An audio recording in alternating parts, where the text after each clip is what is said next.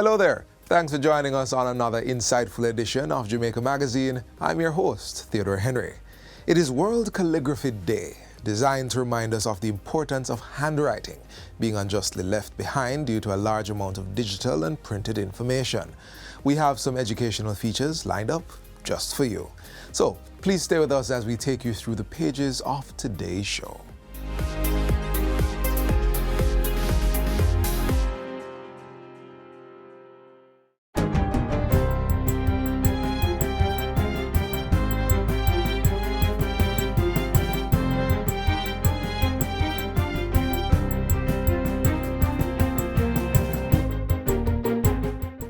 Good day, I'm Lisa Rowe, and this is your JIS News for Wednesday, August 14, 2024. A state of public emergency, SOE, has been declared for the parish of Clarendon following the fatal terror attack in the parish, which claimed the lives of 8 persons.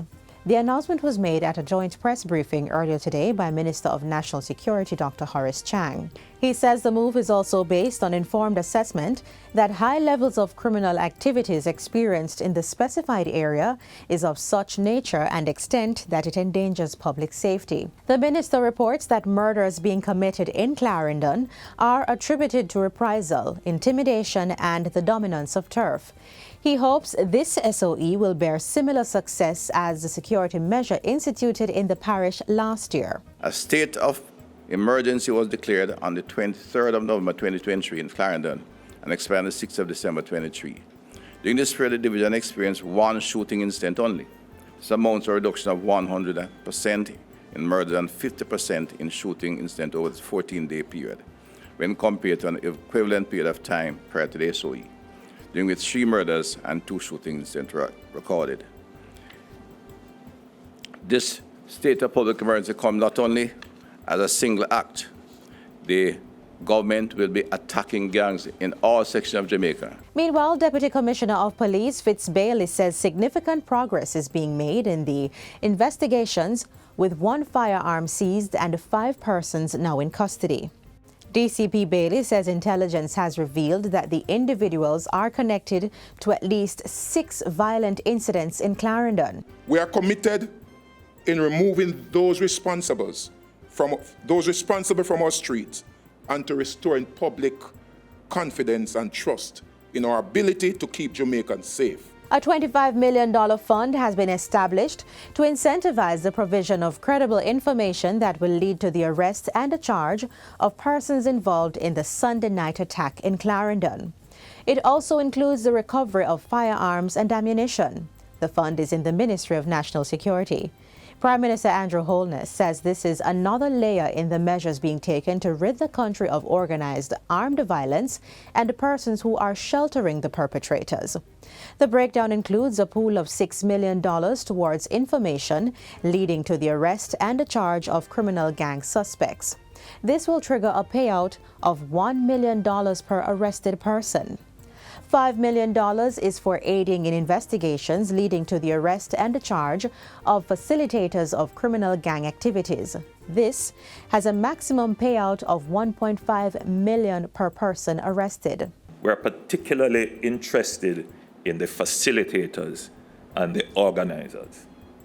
The facilitators, those who provided the weapons or gave access to the weapons and ammunition, access to the motor vehicle, organized, made the telephone calls, made the connections. We're particularly interested in those persons. Funds are also earmarked for intelligence leading to the recovery of firearms and ammunition and the supply network, with a maximum payout of $500,000 per firearm seized. A pool of $5 million is allocated for securing evidence in the investigation of criminal gangs, paying up to $250,000 per case. Another $5 million will support the gathering of information on persons who are harboring criminal gang members and their associates. This has a maximum payout of $800,000 per case. Prime Minister Holness is encouraging persons to call Crime Stop at 311, Police Emergency 119, NIB Tip Line 811, the MOCA Tip Line at 888 MOCA Tip. That's 888 888-662-2847 or the JDF tip line at 837-8888. In other news, Minister of Industry, Investment and Commerce, Senator Auburn Hill, has welcomed the wave of new investments the country continues to experience, which he says is good for the economy. Minister Hill was speaking at the official launch of the luxury residential development Spyglass in St. Andrew on the weekend. I'm very happy because of the export end of this. Yes, Jamaicans are buying, but there are people from overseas who are buying these developments. That is a balance of payment plus. It builds the balance of payment, which it's the first time in 20 or 30 years. Last year we had a positive balance of payment. So this is a plus to it because foreigners are bringing in hard currency to buy property in Jamaica. And a lot of that is going on. The Spyglass project comprises a mix of apartments and townhouses and represents an extraordinary blend of modern elegance, innovative design, and world-class amenities. Senator Hill says it is important that Jamaica has construction companies that are capable of building to the highest standards to support the continued development of the country. Jamaica has to change and change to make sure we have a better place and better incomes for our people. This kind of construction, where people get paid well, paid on time, and the buildings are sold, make sure that we will get to a better place. Business persons will soon be able to access more of the company's Office of Jamaica services online. Manager for the Anti-Money Laundering Unit, Inga Hainsley-Bennett, says the full online expansion of its services will take place by the end of March 2025. And so our online services will expand to our annual return filings. It will expand to our company directors' appointments, or secretary appointments, change of registered office address, and even for companies who wish to allot new shares. So the suite of our online services will cover all our compliance, all our maintenance documents for companies and business names. Persons will be able to register new businesses and renew existing ones online without having to visit the COJ's physical location. The online space is to be further enhanced with more use of artificial intelligence and how-to videos. We have launched and will be launching additional videos, short videos on how to file an annual return, how to complete an annual return, so that persons can watch, rewatch, so they can understand what to do in a simple, easy-to-use presentation. These improvements will be rolled out during the course of this financial year. And finally, Tourism Minister Edmund Bartlett has welcomed the official twinning of the city of Nanterre in France with Jamaica's historic city, Spanish Town. At a signing recently in the French city, Minister Bartlett said the agreement paved the way for a range of collaborative initiatives in areas such as culture, arts, education, sports, and economic development. He said the move promised to strengthen cultural ties and unlock new tourism opportunities between the two cities.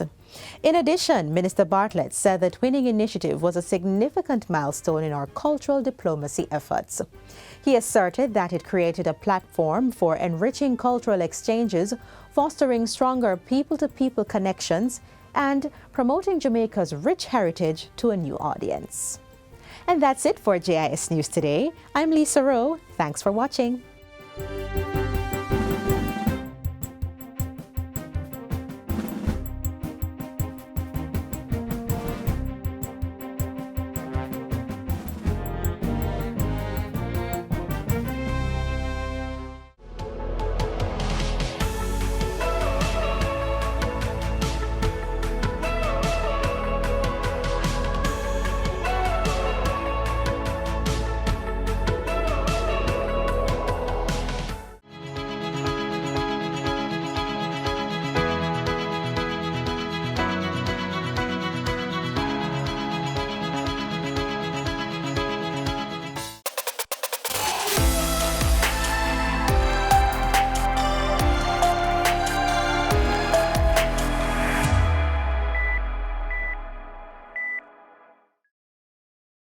With the national public domain secured, citizens can move around freely and safely with little to no hindrance. But what happens when that travel takes you overseas? We advise looking into the places you wish to travel and explore and plan those trips wisely. Don't forget though, there are very few places you can travel internationally without that small booklet we call a passport. Now let's find out about the process for getting one. It's among the world's most powerful books. It grants you access to over 50 international territories without a visa. I'm sure by now you realize I'm speaking of a Jamaican passport. Here's how you can acquire this trusted identification and travel document.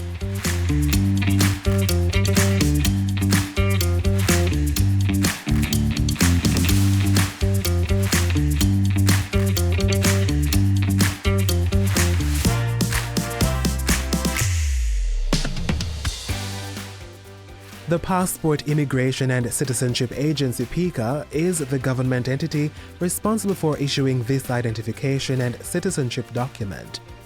First, you must obtain and complete a passport application form.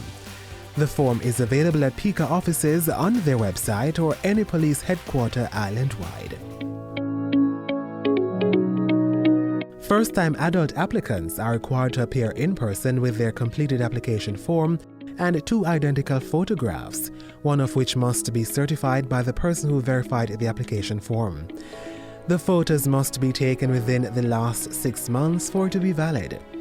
Additional documents are a birth, adoption, or Jamaican citizenship certificate, as well as a valid government-issued photo identification, such as a driver's license or a voter's ID, and a proof of name change if the name has been altered.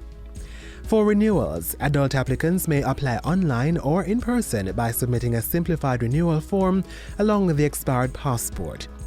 A Dropbox service is also available at PICA's headquarters at 25 Constant Spring Road in Kingston. Applications submitted using the Dropbox service will take 7 working days to process. Applicants living overseas must visit pica.gov.jm to start the renewal process. They will need their expired passport, passport-sized photograph for upload, Visa or MasterCard, debit or credit card to make payment, and an email address to get updates on the application.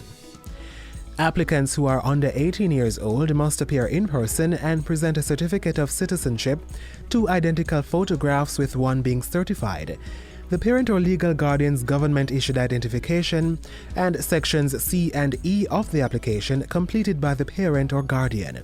The same procedure applies for passport renewals for minors.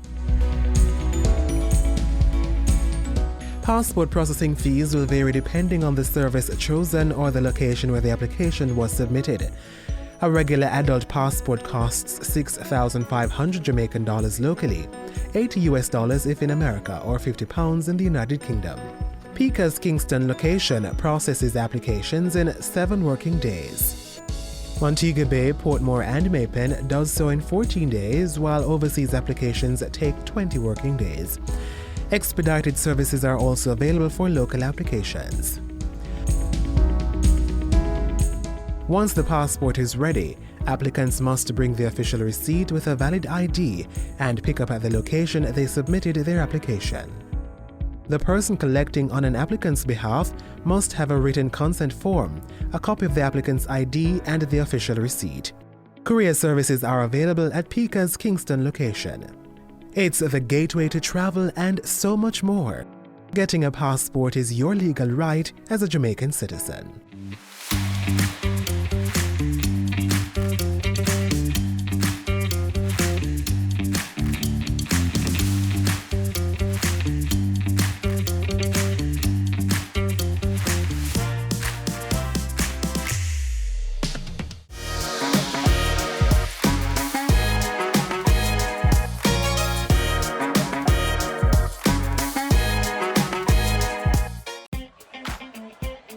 Don't let the heat beat you down. Extremely hot days can affect your health, causing heat stress and heat stroke. Protect yourself. Seek sheltering from the sun and limit outdoor activities to mornings and evenings. Wear light-colored, loose-fitting, breathable fabrics.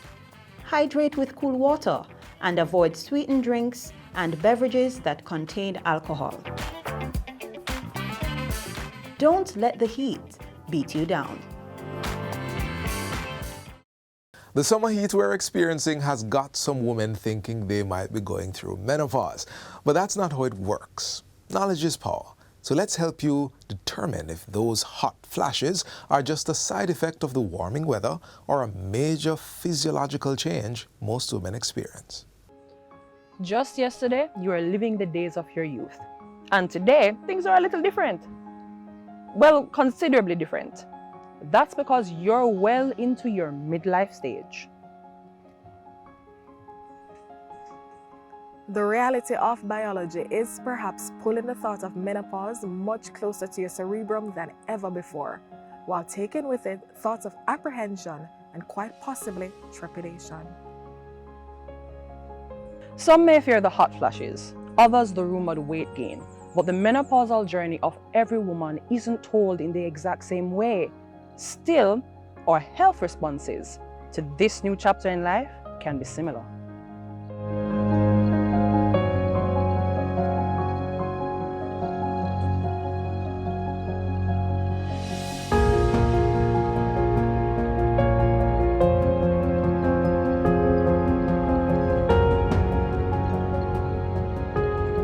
Menopause is actually a naturally occurring phase in a woman's life, and it happens when your ovaries, which is the female sex organs, when their function decreases. In order for you to make the diagnosis, 12 consecutive months have had to pass without the period. The journey comes in stages, and getting to the final could mean an increased risk of health conditions like osteoporosis. So amplifying information, knowledge, and responses about menopause is significant for all women. So there are 3 main stages of the menopause, right? You have the perimenopause, which is before the actual menopause, the menopause, and post-menopause, which is after. So the perimenopause, also called the climacteric, is the period during which the ovarian function begins to slow down. And so these women now will start to have a slowing down of their periods. This is when the hot flashes will begin, insomnia, mood changes like irritability. And this period typically starts on average at about age 47 and a half. We're about to meet Joan, who is well into her 40s. And while Joan understands that menopause is certain, what was happening inside her body was nothing she could ever prepare for. I'm now perimenopausal, and I realized that my body was changing, menstruating became irregular, and this was constant, and it came at a time when it should not have come. So I had to visit the doctor, and she says maybe it's stress. So I thought that, okay, it is because of the stress. But it continued, it never stopped, and I'm seeing it for months, and then it picked up speed and became aggressive. My menstrual cycle became aggressive and wouldn't stop. Then I became anemic, and so the doctors were getting very concerned. It was not confirmed until after many tests. My dysmenorrhea was overriding the injections and the tablets that were given.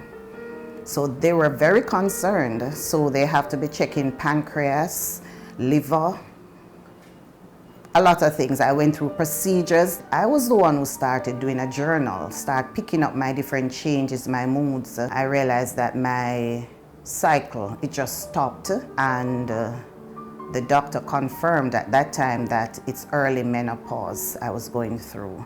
Then when you get to the period now of the menopause, this is now where there have been 12 consecutive months of no period. That now you can say, okay, this is the menopause.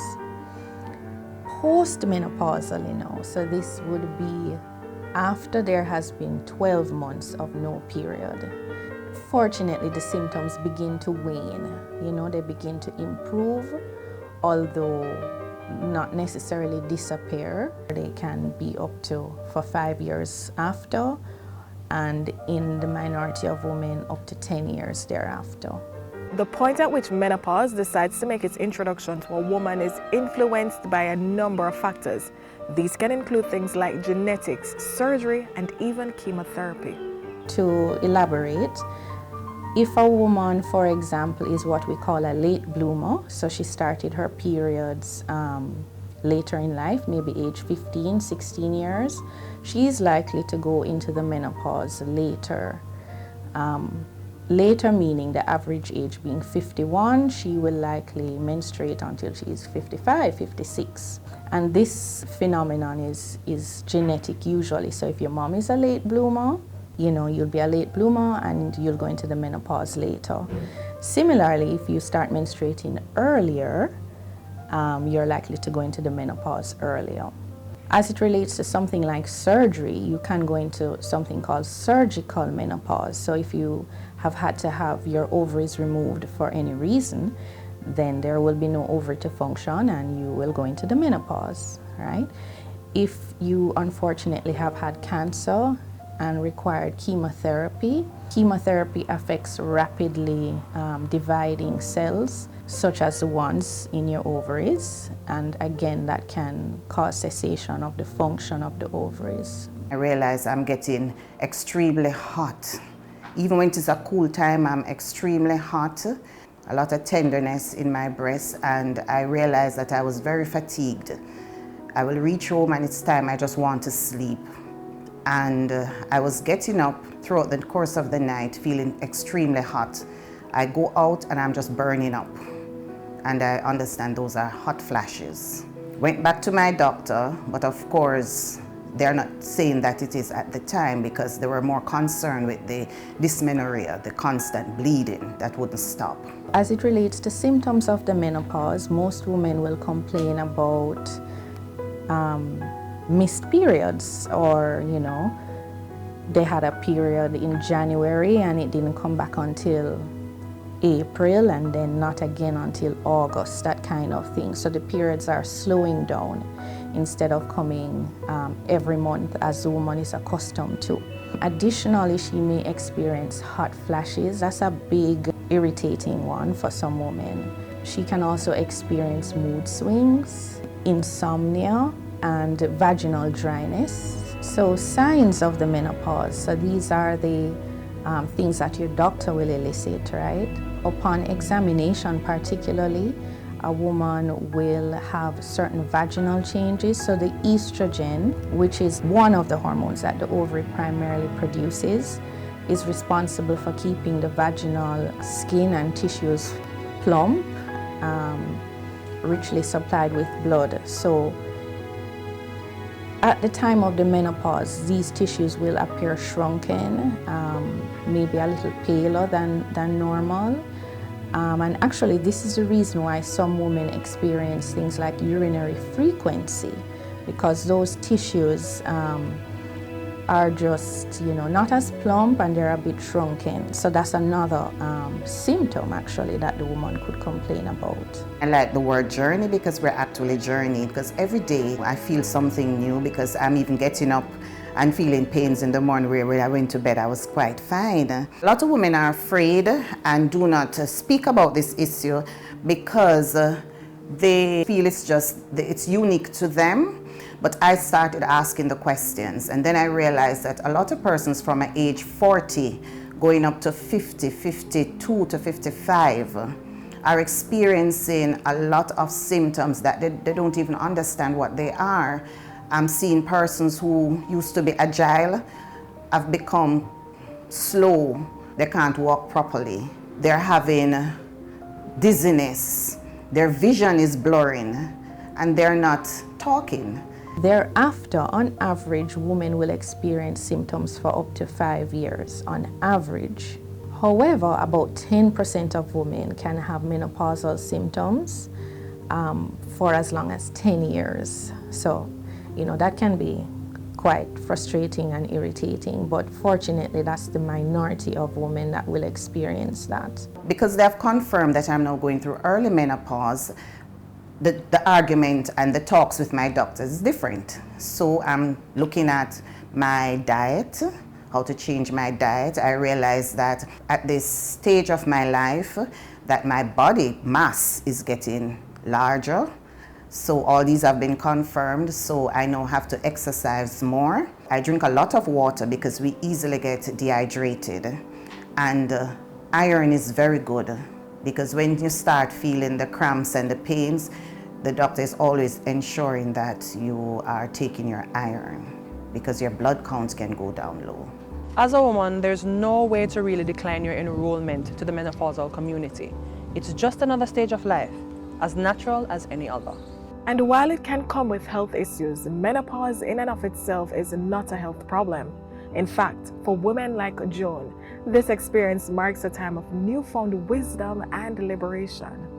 This new stage of life, I'm accepting it well. I'm enjoying it actually because it comes with experience. What I would advise women who are now going through this stage of their life is that it's nothing to fear. It is something that you should embrace because it also teaches wisdom. The experience will teach you wisdom and you can help other persons.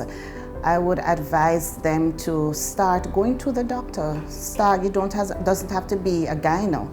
It could be your general practitioner, and start talking to the doctor about what you're experiencing, what you're going through, and start reading up also about it, but never forget to eat properly, exercise, meditate.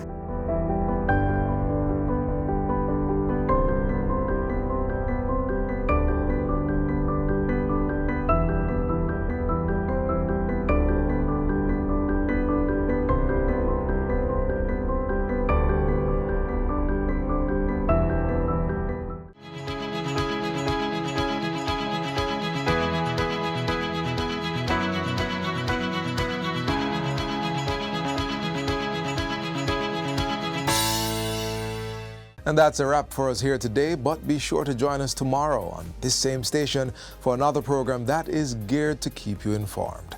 Until then, visit our website, jis.gov.jm, for this and all other happenings. On behalf of the entire production team, I'm Theodore Henry, leaving you with this quote: "Start writing, no matter what. The water does not flow until the faucet is turned on."